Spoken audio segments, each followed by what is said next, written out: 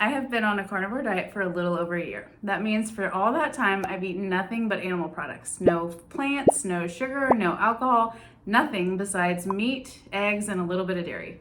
And a lot of people ask me, what do your friends and family think about that? Today, we're gonna talk about it. Hi, I'm Jen. If you're new here, I am delighted to meet you. And this is my friend, Michael. Hi.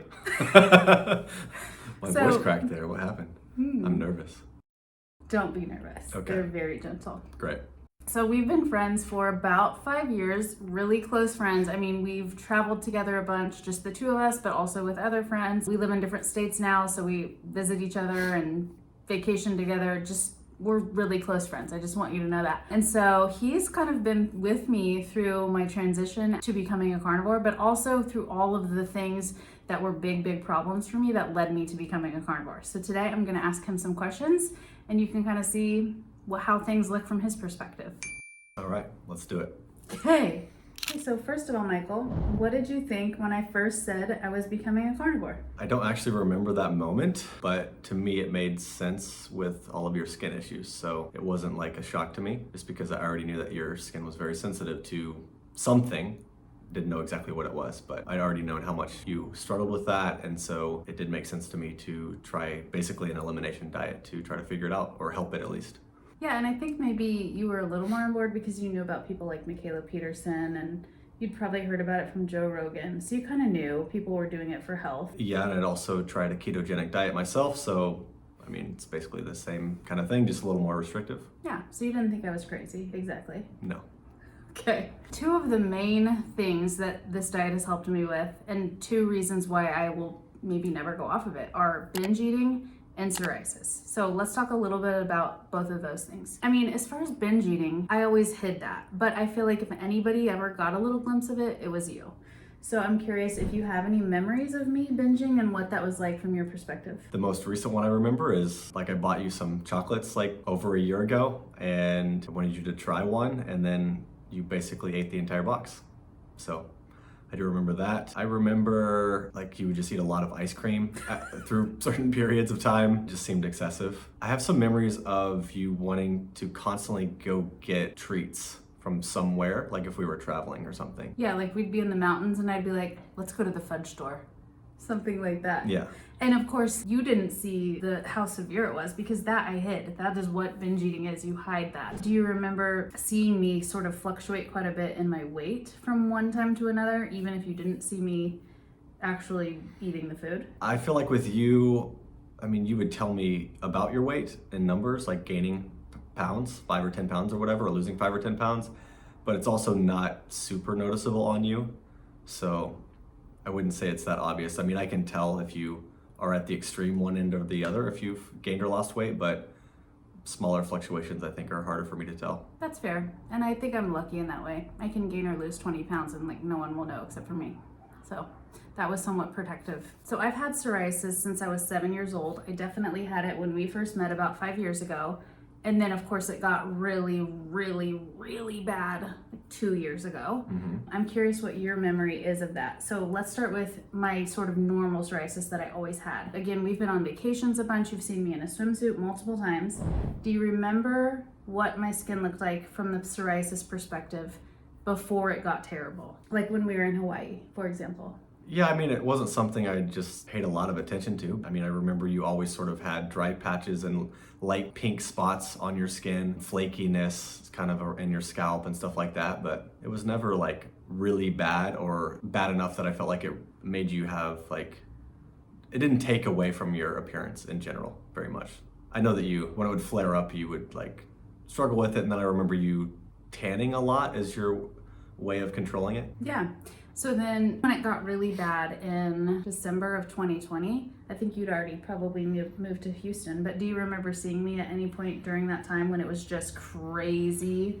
I don't think I was around for any of the major breakouts you had, but you definitely shared with me photos, and I remember it like being like, oh my God, like feeling so bad for you because of just how horrible it looked, honestly. It was just like, I mean, I couldn't imagine having to go out into public with that many spots on my skin. So yeah, I definitely felt bad for you and was hoping that you would find a cure.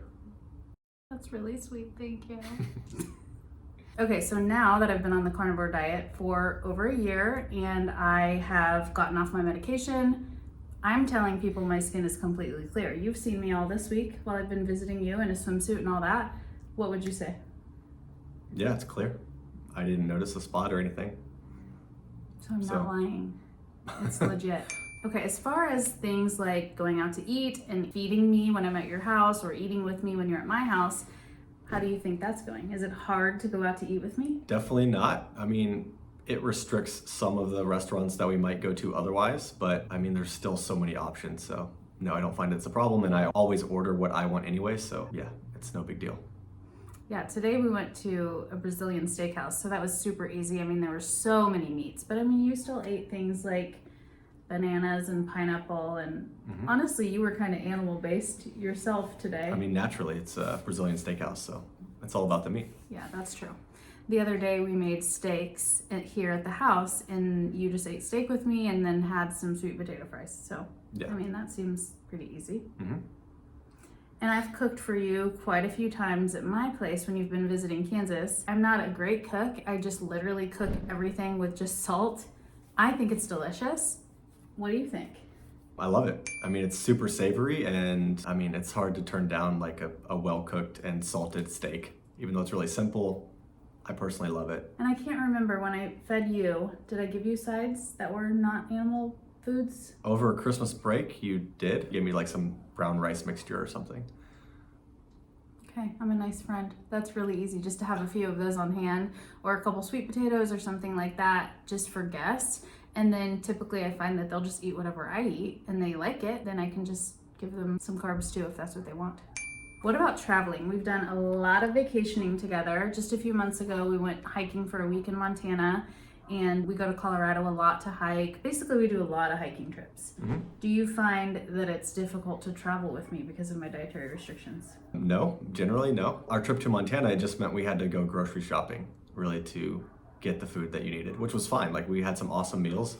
They weren't expensive, so I didn't have any complaints about that. You're right. We didn't go out to eat probably as much as we would have otherwise, but I swear to God, the food we cooked ourselves was better than what we often get when we go out to eat. Oh yeah, yeah, for sure. Definitely a better value.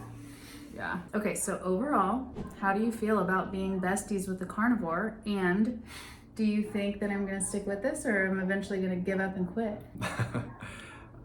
I mean, I think it's fine. It doesn't cause any issues with me. I mean, it's a very, very small inconvenience, if any, just around picking a place. Like sushi restaurants, that's not a thing anymore with her, but otherwise it's not a big deal. And it's either cooking meals at home or finding a place that serves steak or even burger patties or whatever, and it's pretty simple. So no big deal there. What was the second part of the question? How long do you think I'm gonna stick with this? Do I think you're gonna stick with it? Yeah. I don't think it's a hard diet to stick to, honestly. The foods are very satisfying. If you're not introducing sweets, I don't think you'll have cravings for that. And that's one of the big positives with having the carnivore diet, or being on the carnivore diet. Those are very good answers. Thank you for doing this. You're welcome. So if you've been wondering how my friends and family are feeling about it, this is one friend, that's how he feels about it. And as far as even meeting new people and dating, I have not found it to be an issue. So if that's something that's holding you back, just let go of that. Thank you so much for watching. If you like this, please like and subscribe, and check me out on Instagram. I'm active there every single day, and we can definitely connect. Going. I know, you just have to sit here and look pretty while I start, okay? That's the idea. Okay, hang on. We're not getting through this.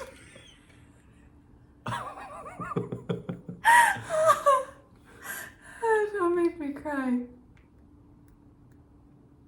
Okay.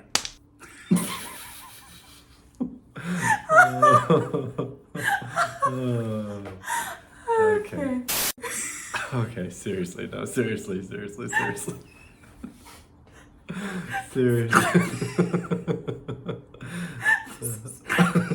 Why are you snorting? This is never gonna work. Can you just start with the first question? I'm trying to record I have shit to do today. I figured it was just